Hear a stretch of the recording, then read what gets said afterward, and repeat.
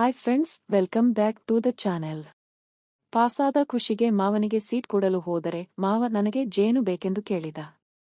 ನನಗೂ ಆಸೆ ಆಗಿತ್ತು.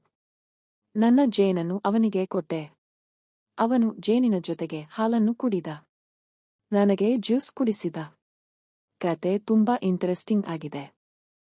ಭಾರತದ ಪ್ರಮುಖ ಜ್ಯೋತಿಷ್ಯರು ಪಂಡಿತ್ ಶ್ರೀ ಸಹದೇವ್ ಭಟ್ ನಿಮ್ಮ ಜೀವನದ ಸಮಸ್ಯೆಗಳಾದ ಪ್ರೀತಿ, ಪ್ರೇಮ, ಹೆಣ್ಣು ಅಥವಾ ಗಂಡು ವಶೀಕರಣ, ಸಂತಾನ, ಕೋರ್ಟ್ ಕೇಸ್ ಅಥವಾ ಸಾಲಬಾಧೆ, ಧನವಶ, ಹಣವಶ ಇನ್ನಿತರೆ ಯಾವುದೇ ಗುಪ್ತ ಸಮಸ್ಯೆಯಾಗಿರಲಿ ಕೆಲವೇ ನಿಮಿಷಗಳಲ್ಲಿ ಶಾಶ್ವತ ಪರಿಹಾರ ಮಾಡಿ ಕೊಡಲಾಗುತ್ತದೆ. ಬೆಂಗಾಳಿ ಅಗೋರಿ ನಾಗಸಾಧುಗಳ ಜೊತೆ ವಿದ್ಯಾಭ್ಯಾಸ ಮುಗಿಸಿ ಗುರುದೀಕ್ಷೆ ಪಡೆದಿರುವ ಪಂಡಿತ್ ಶ್ರೀ ಸಹದೇವ್ ಭಟ್ ಅವರಿಗೆ ಈಗಲೇ ಕರೆ ಮಾಡಿ 9008899112.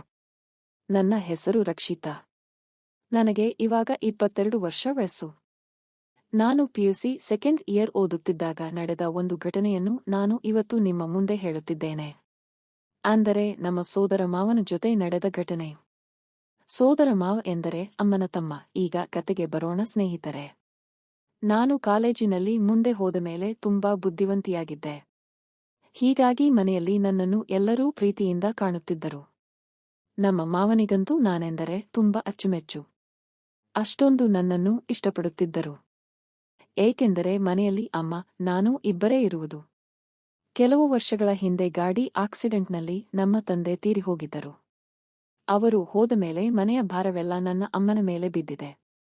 ನನ್ನ ಸ್ಕೂಲ್ ಫೀಸ್ ಹಿಡ್ಕೊಂಡು ಮನೆಯಲ್ಲಿ ಎಲ್ಲ ಮಾಡುತ್ತಾಳೆ. ನಮ್ಮ ತಂದೆ ತೀರಿ ಹೋದ ಮೇಲೆ ನಮಗೆ ತುಂಬಾ ಕಷ್ಟ ಸಮಸ್ಯೆ ಬರಲು ಶುರುವಾಗಿವೆ. ಆದರೂ ಅದೆಲ್ಲವನ್ನೂ ಇಟ್ಟು ಧೈರ್ಯವಾಗಿ ನಮ್ಮ ತಾಯಿ ಕೆಲವೊಂದಿಷ್ಟು ಮನೆಯವರ ಕೆಲಸವನ್ನು ಮಾಡಿ ನನ್ನನ್ನು ಸಾಕುತ್ತಿದ್ದಾಳೆ. ಹಾಗೆ ನಮ್ಮ ಮಾವ ಕೂಡ ನಮಗೆ ಸ್ವಲ್ಪ ಹಣದ ಸಹಾಯವನ್ನು ಮಾಡುತ್ತಿದ್ದಾನೆ. ಹೀಗೆ ನಮ್ಮ ಜೀವನ ನಡೆಯುತ್ತಿದೆ. ಇದರ ನಡುವೆ ಒಂದು ಖುಷಿಯ ವಿಚಾರವೂ ಬಂತು. ಅದು ಏನಪ್ಪಾ ಅಂದ್ರೆ, ನಾನು ಪಿಯುಸಿ ಸೆಕೆಂಡ್ ಇಯರ್ನಲ್ಲಿ ಇಡೀ ರಾಜ್ಯಕ್ಕೆ 4ನೇ ರ್ಯಾಂಕ್ ಬಂದಿದ್ದೇನೆ. ಈ ವಿಷಯವನ್ನು ನಾನು ಮನೆಗೆ ಬಂದು ಅಮ್ಮನಿಗೆ ಹೇಳಲು ನಿಶ್ಚಯಿಸಿದೆ. ಮನೆಗೆ ಬಂದವಳು ಅಮ್ಮನ ಹತ್ತಿರ ಹೋಗಿ, ಅಮ್ಮನಿ, ಒಂದು ಖುಷಿಯ ವಿಷಯ ಇದೆ ಅಂತ ಹೇಳಿ ಮೊದಲು ಅಮ್ಮನಿಗೆ ಸ್ವೀಟ್ ತಿನ್ನಿಸಿದ. ವಿಷಯ ಸ್ವೀಟ್ ಅದೆಲ್ಲ ತಂದಿದ್ದೆ. ಏನು ಹೇಳು ಅಂತ ಹೇಳಿದರು. ಆಗ ನಾನು ಏನಿಲ್ಲ ಅಮ್ಮ, ನಾನು ಪಿಯುಸಿ ಸೆಕೆಂಡ್ ಇಯರ್ನಲ್ಲಿ ಇಡೀ ರಾಜ್ಯಕ್ಕೆ 4ನೇ ರ್ಯಾಂಕ್ ಬಂದಿದ್ದೇನೆ ಅಂತ ಹೇಳಿದೆ. ಆಗ ಅಮ್ಮನ ಸಂತೋಷಕ್ಕೆ ಪಾರವೇ ಇರಲಿಲ್ಲ. ಅಷ್ಟು ಖುಷಿಯಾಗಿದ್ದಳು ನಮ್ಮ ಅಮ್ಮ. ಆಗ ಅಮ್ಮ ನನ್ನನ್ನು ಕರೆದು, ಏನೇ ರಕ್ಷಿತಾ, ಈ ವಿಷಯ ನಿಮ್ಮ ಮಾವನಿಗೆ ತಿಳಿಸಿದ್ದೀಯಾ? ಈ ವಿಷಯ ಅವನಿಗೆ ಗೊತ್ತಾದರೆ ಅವನು ತುಂಬಾ ಸಂತೋಷ ಪಡುತ್ತಾನೆ ಅಂತ ಹೇಳುತ್ತಾಳೆ. ನನಗಿಂತಲೂ ಹೆಚ್ಚು ಸಂತೋಷ ಪಡುವವನು ನಿನ್ನ ಮಾವನೇ ಅಂತ ಹೇಳುತ್ತಾಳೆ. ಆಗ ನಾನು, ಇನ್ನೂ ಇಲ್ಲ ಅಮ್ಮ, ಮಾವನಿಗೆ ವಿಷಯ ತಿಳಿಸಿಲ್ಲ, ನಿನಗೆ ಮೊದಲು ತಿಳಿಸಿದ್ದು ಅಂತ ಹೇಳಿದೆ. ನಿನ್ನ ಮಾವನ ಮನೆಗೆ ಹೋಗಿ ಅವನಿಗೂ ಸ್ವೀಟು ಕೊಟ್ಟು ಈ ವಿಷಯವನ್ನು ಹೇಳಿ ಬಾ ಅಂತ ಅಮ್ಮ ಹೇಳಿದಳು. ಆಗ ನಾನು ಸರಿಯಮ್ಮ ಅಂತ ಹೇಳಿ ಮಾವನ ಮನೆಗೆ ಹೊರಟೆ. ಸ್ವೀಟರ್ ಬಾಕ್ಸ್ ತೆಗೆದುಕೊಂಡು ಮಾವನ ಮನೆಗೆ ಹೋದೆ. ಬಾಗಿಲು ಬಡಿಯಲು ಶುರು ಮಾಡಿದೆ. ಮಾವ ಬಾಗಿಲು ತೆಗೆಯಲಿಲ್ಲ. ನನಗೆ ಆಶ್ಚರ್ಯವಾಯಿತು. ಮನೆಯಲ್ಲಿ ಮಾವ ಒಬ್ಬರೇ ಇರೋದು. ಅವನಿಗೂ ಮದುವೆ ಕೂಡ ಆಗಿಲ್ಲ, ಯಾರೂ ಇಲ್ಲ, ಒಬ್ಬನೇ ಏನು ಮಾಡುತ್ತಿರಬಹುದು ಅಂತ ಬಾಗಿಲ ಸಂದಿಯಲ್ಲಿ ಕಿವಿ ಕೊಟ್ಟು ಕೇಳಿದೆ. ಆಗ ಮನೆಯಲ್ಲಿ ಏನೋ ವಿಚಿತ್ರ ಶಬ್ದ ಬರುತ್ತಿತ್ತು. ನನಗೆ ಆಶ್ಚರ್ಯ ಆಯಿತು. ಮಾವ ಮನೆಯಲ್ಲಿ ಒಬ್ಬನೇ ಇರುವುದು. ಮನೆಯಲ್ಲಿ ಏನು ಇದು ವಿಚಿತ್ರ ಶಬ್ದ ಅಂತ ಹೇಳಿ ನಾನು ಅದು ಏನಿರಬಹುದು ಅಂತ ಕಿಟಕಿಯ ಕಡೆಗೆ ಹೋಗಿ ನೋಡಲು ಹೋದೆ. ಕಿಟಕಿಯಲ್ಲಿ ಹೋಗಿ ಮಾವನ ರೂಮಿನಲ್ಲಿ ನೋಡಿದರೆ ನನಗೆ ನಂಬಲು ಅಸಾಧ್ಯವಾದ ದೃಶ್ಯವನ್ನು ಕಣ್ಣಿಗೆ ಬಿತ್ತು. ಅದು ಏನೆಂದರೆ, ಮಾವ ಯಾರದೋ ಜೊತೆಯಲ್ಲಿ ಸೇರಿ ತಮ್ಮ ರೂಮಿನಲ್ಲಿ ಆ ಕೆಲಸ ಮಾಡುತ್ತಿದ್ದಾರೆ. ಅದನ್ನು ನೋಡಿದ ಒಂದು ಕ್ಷಣ ನನ್ನ ಕಣ್ಣು ನನಗೆ ನಂಬದಂತೆ ಆಯಿತು. ಮಾವ ಈ ರೀತಿ ಮಾಡುತ್ತಾರೆ ಅಂತ ನಾನು ಕನಸು ಮನಸ್ಸಿನಲ್ಲಿ ಕೂಡ ಯೋಚನೆ ಮಾಡಿರಲಿಲ್ಲ. ಒಂದು ಕ್ಷಣ ನನಗೆ ಆಘಾತವಾಯಿತು. ಆದರೂ ನನಗೆ ಏನು ಗೊತ್ತಿಲ್ಲದ ಹಾಗೆ ನಾನು ಮತ್ತೆ ಬಾಗಿಲು ಮುಂದೆ ಬಂದು ಬಾಗಿಲು ಬಡಿಯಲು ಶುರು ಮಾಡಿದೆ. ಕೆಲವು ಸಮಯ ಆದಮೇಲೆ ಮಾವ ಬಂದು ಬಾಗಿಲು ತೆಗೆದರು. ತೆಗೆದು ಬಂದವರೇ, ಏನೇ ರಕ್ಷಿತಾ, ನೀನು ಇವಾಗ ನಮ್ಮ ಮನೆಗೆ ಬಂದಿದ್ದೀಯಾ ಅಂತ ಆಶ್ಚರ್ಯವಾಗಿ ಕೇಳಿದನು. ನಾನು, ಏನಿಲ್ಲ ಮಾವ, ನಿನಗೆ ಒಂದು ಖುಷಿಯ ವಿಚಾರ ಹೇಳುವುದಿದೆ. ಹಾಗಾಗಿ ನಾನು ನಿಮ್ಮ ಮನೆಗೆ ಬಂದೆ ಅಂತ ಹೇಳಿದೆ. ಆಗ ಮಾವ, ಏನು ಹೇಳು ರಕ್ಷಿತಾ ಅಂತ ಕೇಳಿದ. ಆಗ ನಾನು ನನ್ನ ವಿಷಯ ಹೇಳುವುದಕ್ಕಿಂತ ಮುಂಚೆ, ಮಾವು, ನಾನು ಬಹಳ ಹೊತ್ತಾಯಿತು ಬಂದು ಬಾಗಿಲು ಬಡಿದೆ. ಕತ್ತಿ ನೀನು ಇವಾಗ ತೆಗಿತಾ ಇದ್ದೀಯಾ? ಮನೆಯಲ್ಲಿ ಏನು ಮಾಡುತ್ತಿದ್ದಿ? ಏನೋ ವಿಚಿತ್ರವಾದ ಶಬ್ದ ಬರುತ್ತಿತ್ತು ಅಂತ ಹೇಳಿದೆ. ಆಗ ಮಾವ ಇದೆಲ್ಲ ಬಿಡು.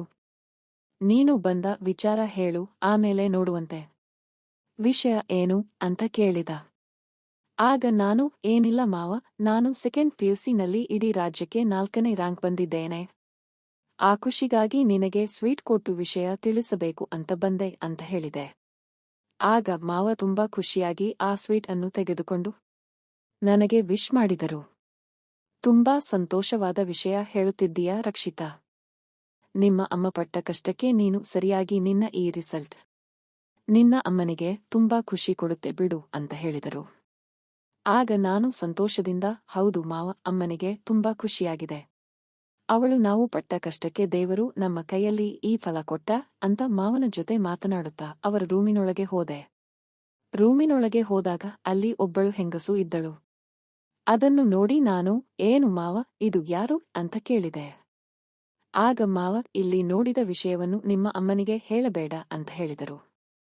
ಒಂದು ವೇಳೆ ನೀನು ನಿಮ್ಮ ಅಮ್ಮನಿಗೆ ಹೇಳಿದರೆ ನನ್ನ ಬಗ್ಗೆ ತಪ್ಪು ತಿಳಿದುಕೊಳ್ಳುತ್ತಾಳೆ ಅಂತ ಹೇಳಿದರು. ಆಗ ನಾನು ಮಾವು, ನೀವು ಮಾಡುತ್ತಿರುವುದು ನನಗೆ ಸರಿ ಕಾಣುತ್ತಿಲ್ಲ. ನೀವು ಈ ರೀತಿ ಅಂತ ನಾನು ಅಂದುಕೊಂಡಿರಲಿಲ್ಲ ಅಂತ ಹೇಳಿದೆ. ಆಗ ಮಾವ ಇಲ್ಲ ರಕ್ಷಿತಾ, ಕೆಲವೊಂದು ಘಟನೆಗಳು ನಡೆಯುತ್ತವೆ. ಅದನ್ನು ಸೀರಿಯಸ್ ಆಗಿ ತೆಗೆದುಕೊಳ್ಳಬಾರದು. ನೀನು ಇದರ ಬಗ್ಗೆ ಯೋಚನೆ ಮಾಡುವುದನ್ನು ಬಿಟ್ಟು ನಿನ್ನ ಊದಿನ ಕಡೆಗೆ ಯೋಚನೆ ಮಾಡು ಅಂತ ಹೇಳಿದರು.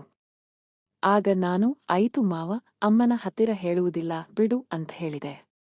ಆ ದೃಶ್ಯವನ್ನು ಕಣ್ಣಾರೆ ಕಂಡ ನನಗೆ ನನ್ನ ಮನಸ್ಸಿನಲ್ಲಿ ಏನೇನು ಆಸೆಗಳು ಹುಟ್ಟಲು ಶುರುವಾದವು.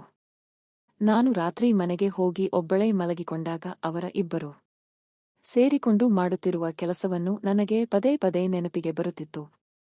ಆಗ ನಾನು ಅವರ ನೆನಪಿನಲ್ಲಿಯೇ ಕೈಕೆಲಸ ಮಾಡಿಕೊಂಡೆ.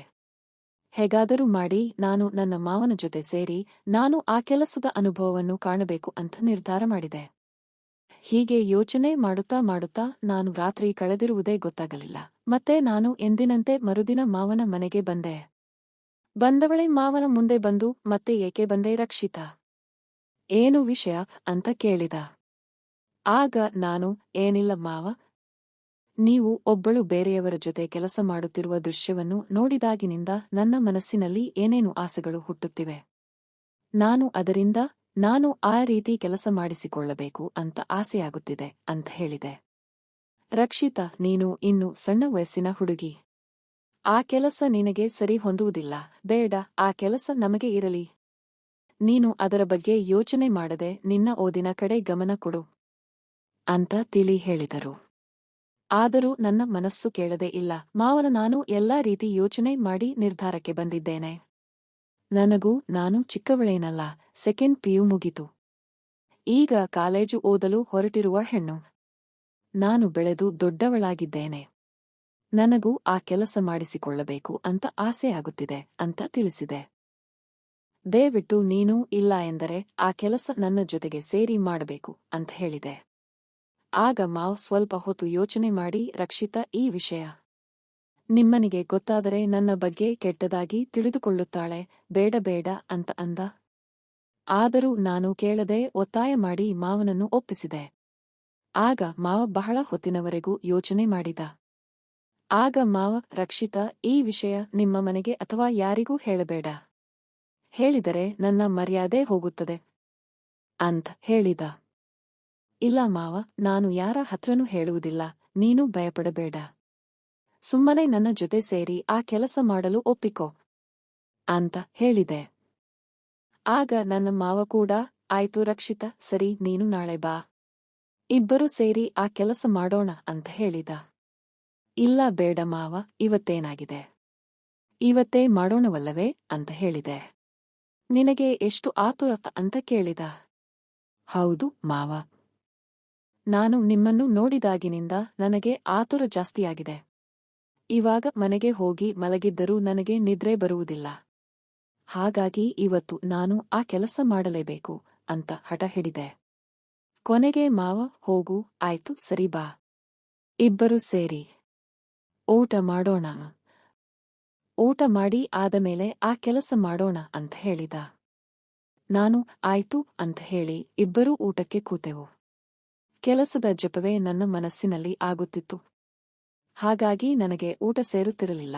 ಆದಷ್ಟು ನಾನು ಊಟ ಮಾಡಿ ಬೇಗನೆ ಎದ್ದು ಕೈ ತೊಳೆದು ಆಗ ನನ್ನ ಮಾವ ಯಾಕೆ ರಕ್ಷಿತಾ ಇಷ್ಟು ಬೇಗ ಊಟ ಮುಗಿಸಿದೆಯಾ ಅಂತ ಕೇಳಿದ. ಇಲ್ಲ ಮಾವ, ನನಗೆ ಈಗ ಬೇರೆ ಹಸಿವೆ ಆಗುತ್ತಿದೆ. ಹಾಗಾಗಿ ಊಟದ ಹಸಿವು ನನಗೆ ಆಗುತ್ತಿಲ್ಲ. ನೀನು ಬೇಗ ಬೇಗ ಊಟ ಮಾಡಿ ಮೊದಲು ನಾವು ಆ ಕೆಲಸ ಮಾಡೋಣ, ನಂತರ ಊಟದ ವಿಷಯ ನೋಡೋಣ ಅಂತ ಹೇಳಿದೆ. ಆಗ ಮಾವ ಆಯ್ತು ಅಂತ ಕೈ ತೊಳೆದುಕೊಂಡು ಬಂದು ಅವನು ಬಂದು ರೆಡಿಯಾಗಿ ಇಬ್ಬರು ಸೇರಿ ರೂಮ್ ಸೇರಿಕೊಂಡೆವು. ರೂಮಿನಲ್ಲಿ ಹೋಗಿ ಇಬ್ಬರು ಆ ಕೆಲಸ ಮಾಡಲು ಪ್ರಾರಂಭ ಮಾಡಿದೆ. ನನಗೆ ಈ ಕೆಲಸ ಹೊಸದಾಗಿದ್ದರಿಂದ ಸ್ವಲ್ಪ ಭಯವೂ ಕೂಡ ಆಗುತ್ತಿತ್ತು. ಆದರೆ ಮನಸ್ಸಿನ ಹಸಿವಿನ ಮುಂದೆ ಭಯ ಕೂಡ ಮರೆತು ಹೋಗಿತ್ತು. ಹಾಗಾಗಿ ನಾನು ಸುಮ್ಮನೆ ಆ ಸುಖವನ್ನು ಆನಂದಿಸುತ್ತಿದ್ದೆ. ಹೀಗೆ ಸುಮಾರು ಗಂಟೆಗಳವರೆಗೂ ಇಬ್ಬರು ಸೇರಿ ಆ ಕೆಲಸ ಮಾಡಿದೆವು. ಭಾವನೆಗೆ ಮೊದಲೇ ಆ ಕೆಲಸದಲ್ಲಿ ಅನುಭವ ಇದ್ದಿದ್ದರಿಂದ ಬಹಳ ಚೆನ್ನಾಗಿ ಆ ಕೆಲಸ ಮಾಡಿದ. ನನಗೂ ಕೂಡ ಯಾವುದೇ ರೀತಿಯಾದ ತ್ರಾಸು ಆಗದೆ ಇಬ್ಬರು ಆ ಕೆಲಸದಲ್ಲಿ ಹೀಗೆ ಇಬ್ಬರು ಸುಮಾರು ಗಂಟೆಗಳವರೆಗೂ ಆ ಕೆಲಸ ಮಾಡಿ ಆನಂದಪಟ್ಟೆವು. ನೋಡಿದಿರಲ್ಲ ಸ್ನೇಹಿತರೆ, ನನ್ನ ಮಾವನ ಜೊತೆ ಸೇರಿ ನನಗೆ ಆದ ಹಸಿವನ್ನು ತೀರಿಸಿಕೊಂಡ ಕತೆ. ನಿಮಗೆ ಹೇಗೆ ಅನಿಸಿತು ಅಂತ ಕಾಮೆಂಟ್ ಬಾಕ್ಸ್ ಅಲ್ಲಿ ಕಾಮೆಂಟ್ ಮಾಡಿ ತಿಳಿಸಿ. ಹಾಗೆ ವಿಡಿಯೋ ನಿಮ್ಮ ಸ್ನೇಹಿತರಿಗೂ ಶೇರ್ ಮಾಡಿ. ಇನ್ನು ಯಾರ್ಯಾರು ನನ್ನ ಚಾನೆಲ್ ಸಬ್ಸ್ಕ್ರೈಬ್ ಆಗದೆ ನೋಡ್ತಾ ಇದ್ದೀರಾ, ಚಾನೆಲ್ ಅನ್ನು ಸಬ್ಸ್ಕ್ರೈಬ್ ಆಗಿ. ತಪ್ಪದೆ ವಿಡಿಯೋಗೆ ಒಂದು ಲೈಕ್ ಮಾಡಿ. ಮತ್ತೆ ಮುಂದಿನ ವಿಡಿಯೋದಲ್ಲಿ ಸಿಗೋಣ. ಧನ್ಯವಾದಗಳು. ನಮಸ್ಕಾರ. ನಮಸ್ಕಾರ.